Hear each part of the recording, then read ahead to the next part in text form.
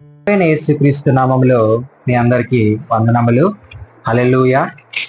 ఇక్కడ మనము యెషయా గ్రంథంలోనే చూడండి 43వ అధ్యాయంలో ఒకసారి మనం జ్ఞాపకం చేసుకుంటే ఆ భయపడకము అంటూ ఉన్నాడు. హల్లెలూయా. భయపడకము అంటూ ఉన్నాడు దేవుడు. ఈరోజు నీతో మాట్లాడుతూ ఉన్నాడు, భయపడకము అంటూ ఉన్నాడు. ఎలాంటి భయమైనా, ఒకవేళ శత్రువు ఏమన్నా నీ పైన దాడి చేస్తాడని భయం ఉన్నా, ఏదైనా జరుగుతుందని భయం ఉన్నా, ఎలాంటి భయంతో నువ్వు కలిగి ఉన్నా దేవుడు ఈరోజు నీతో మాట్లాడుతూ ఉన్నాడు. భయపడకుడి అంటూ ఉన్నాడు. దగ్గర బైబుల్ అంటే 366 సార్లు వరకు దేవుడు భయపడద్దు భయపడద్దు భయపడద్దు అని చెప్పాడు. హల్లెలూయా. వాక్య లేఖనాలు ఇక్కడ చూడండి. అయితే యాకోబు నిన్ను సృజించిన వాడగు యెహోవా, ఇజ్రాయేలు నిన్ను నిర్మించిన వాడగు ఇలాగ సెలవిచ్చున్నాడు, నేను నిన్ను విమోచించి ఉన్నాను, భయపడకము, పేరు పెట్టి నేను నిన్ను పిలిచి ఉన్నాను అంటూ ఉన్నాడు. హల్లెలూయా.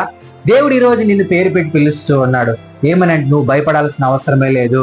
నేను నిన్ను నిర్మించాను, నేను నిన్ను సృజించాను, నువ్వు భయపడాల్సిన అవసరమే లేదు అంటూ ఉన్నాడు. ఎవరికి? ఇజ్రాయెల్ ప్రజలకి. హల్లెలూయా.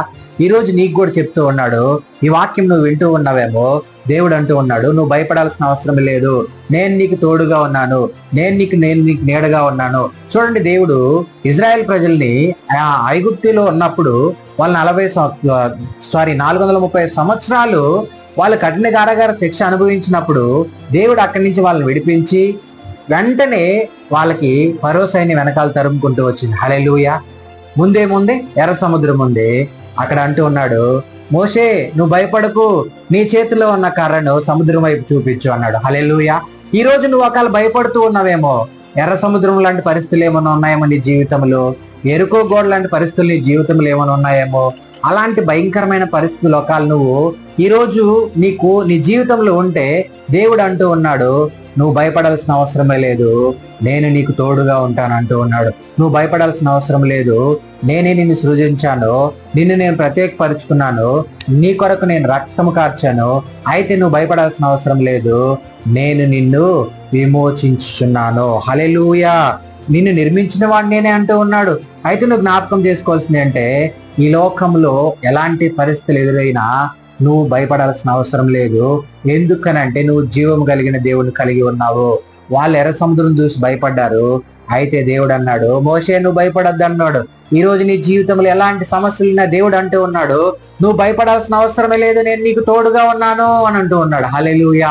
నేను నీకు తోడుగా ఉన్నాను, నీకు చీకట్లో వెలుగునిస్తాను, నిన్ను జీవింపజేస్తాను, నీ బ్రతుకు దినములన్నీ నీకు కృపాక్షేమములే తెప్పిస్తాను అని అంటూ ఉన్నాడు. అయితే ఇక్కడ చూడండి ఇంకొక మాట, నేను పేరు పెట్టి నిన్ను పిలిచి ఉన్నాను, నీవు నా సొత్తు. హల్లెలూయా.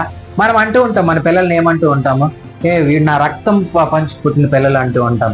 అదేవిధంగా యేసుక్రీస్తు ప్రభు వారు అంటూ ఉన్నారు, నేను నా రక్తంలో కడగబడిన కుమారులు కుమార్తెలు మీరు, కాబట్టి మీరు భయపడాల్సిన అవసరమే లేదు, నేను నిన్ను పేరు పెట్టి పిలుచుకొని ఉన్నాను, మీరు నా సొత్తు అయి ఉన్నారు అని అంటున్నారు. హల్లెలూయా. ఇజ్రాయెల్ ప్రజల్ని దేవుడు ఏమన్నాడు, మీరు నా సొత్తు ఉన్నారు, మీరు భయపడాల్సిన అవసరమే లేదు, మిమ్మల్ని విడిపించిన వాడిని నేనే, మిమ్మల్ని నడిపించిన వాడిని నేనే, మీకు అరణ్యములో ఆహారం ఇచ్చిన వాడిని నేనే, మీకు ప్రతి ఒక్కటి. చూడండి, పగులు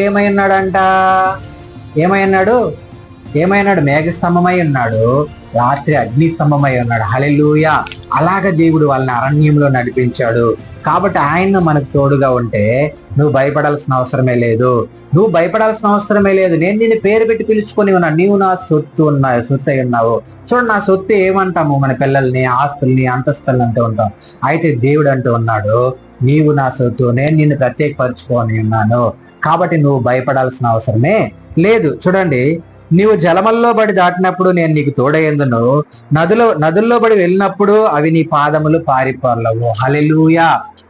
అవి పొర్లి పారవు అంటూ ఉన్నాడు.